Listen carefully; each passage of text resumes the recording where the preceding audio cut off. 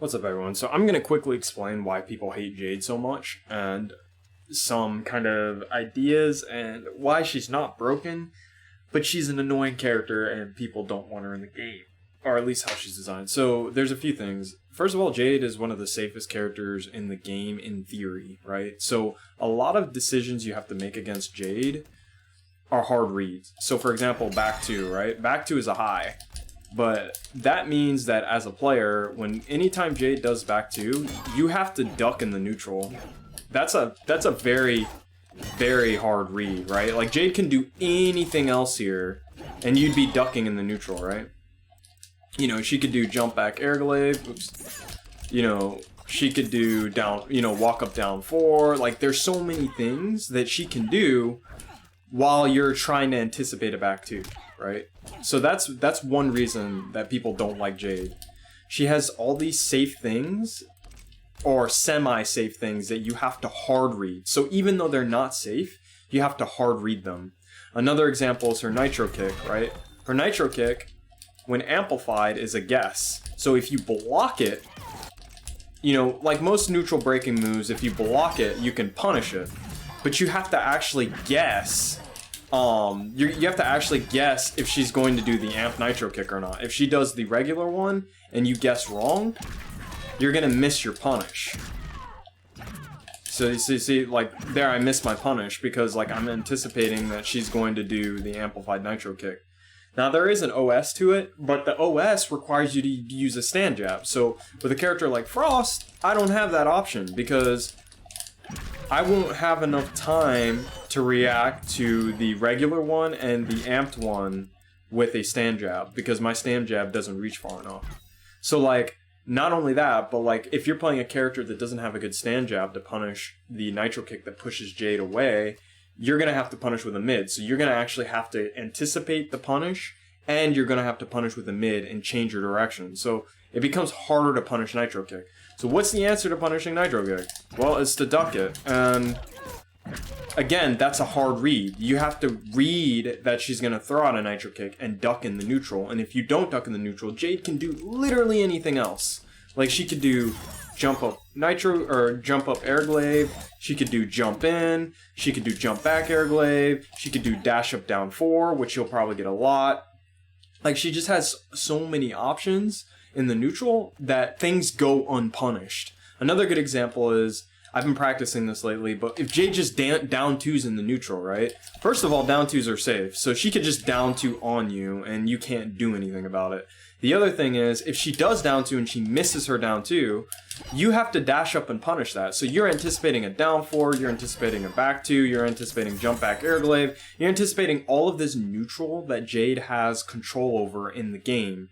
And because of that, when she does a random down 2, you're probably not going to punish it because you're looking for so many other things. So even though this is unsafe, it's somewhat safe because you're so busy looking for air glaive, you're so busy looking for down 4, you're so busy looking for back 2, that she could just do this in your face and then do it again and actually punish you trying to punish it with a high. So that's another reason why Jade is good. And then finally, well, there's 2 other things. Her down 4, pretty much unpunishable, -7, does push back, puts you right in her back 2 range, making you miss the punish. And then finally, down 4 is her biggest culprit, honestly. This shit is so hard to punish. Like, you basically have to anticipate it's coming, watch it whiff, and then dash in and do like a throw. Because she actually will recover in time before you can punish her. That's how good that down 4 is. Katana levels down 4. And then finally her air glaive. So her air glaive, the thing about her air glaive is it just establishes space and it allows her to jump at you. So it's safe, it's plus, and it allows her to jump at you. So you're not punishing it. If she does the regular one, you're not punishing it. You're not going to react in time. And then she can jump at you. So like on top of all of this safe neutral, she gets the ability to jump at you like Katana. She can just jump and you can't do anything about it because you're respecting. Now, with that said, it's even worse with her on the wake up system because if you knock Jade down and Jade does an up 3, which you're gonna condition yourself to do. Hold on, let me have Frost knock you down. So if Frost knocks me down, and she tries to pressure, I'm just gonna up 3, right? Like every other character. So my up 3 goes really far. It'll hit Frost, and she has to respect because I'm plus, right?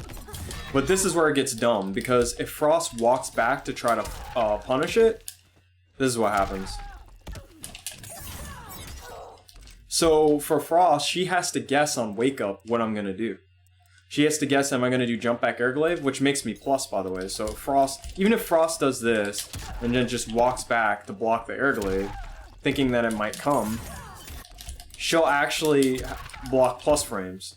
So basically Jade, when she guesses right, she's always plus. She's always plus when you knock her down. Like, there's nothing you can do about it. So she's plus there, like, there's nothing you can do. So even if you knock her down, she does up 3, she's plus.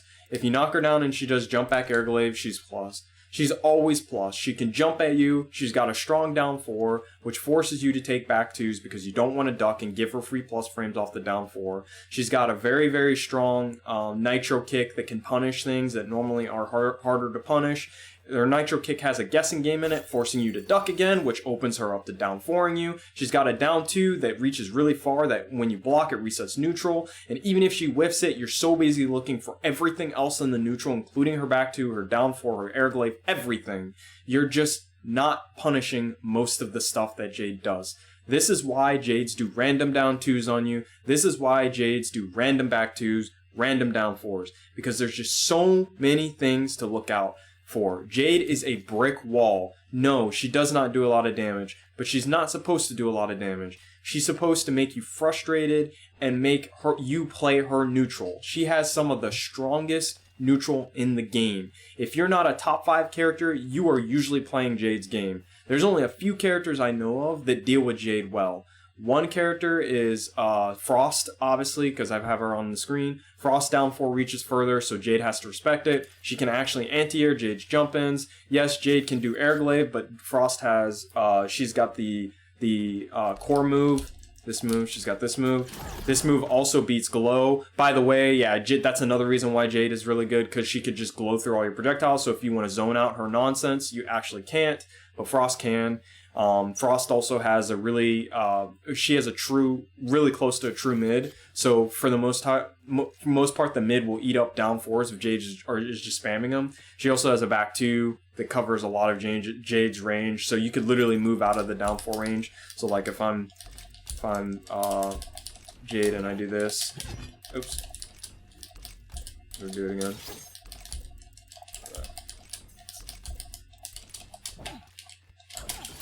Yeah, so like you've got a lot of you don't have to extend a hurt box, which is important in a matchup against Jade because down 4 is almost impossible to punish. So that's the advantage that Frost has. And then also Frost has, like I said, she has the core discharge. She has a very easy way to get in. She can get in this way, and then Jade has to respect all of her stuff. She can anti-air Jade, all that stuff. So yeah, Frost's a good answer. Shang Tsung, obviously, with the corpse drop, Jade has to play Shang Tsung's game. Shang Tsung can slow it down to a really snail's pace. Jade players, they're the ones usually doing the slow pace, slowing it down to like her level. That's why people hate Jade. Jade is the epitome of a true of a zoner. She's not a zoner, but she's the epitome of one. She slows the game down to your pace, and she's safe on everything, and that's what makes her frustrating. Most zoners, that's how they're designed, usually, with some exceptions, that being Katana. But anyway, yeah, usually that's how zoners are designed. So Jade is designed that way. Shang Tsung slows it down even slower to a pace, and Jade has to respect it. He can parry her air glaive, so he has an answer to her safe moves. Basically, the characters that beat Jade, they usually have an answer to all of her safe moves. They have an answer to her down 4, Kotal Khan. They have an answer to her glow, which ignores all zoning. They have an answer to her back 2 and her down 4 at the same time. Again, Kotal, Sindel. Like, they usually have an answer to that. That's how they usually beat Jade. So, if your character doesn't have an answer to those things, they're generally not going to be a very good character.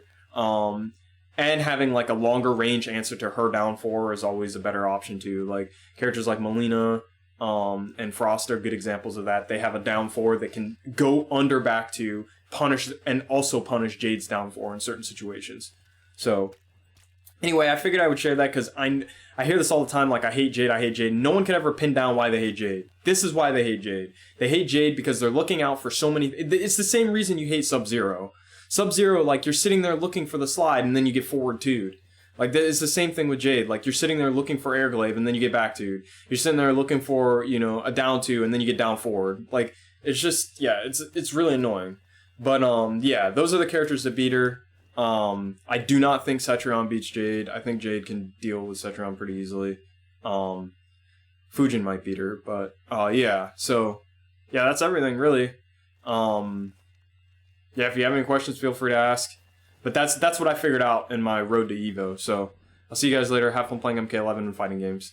Goodbye.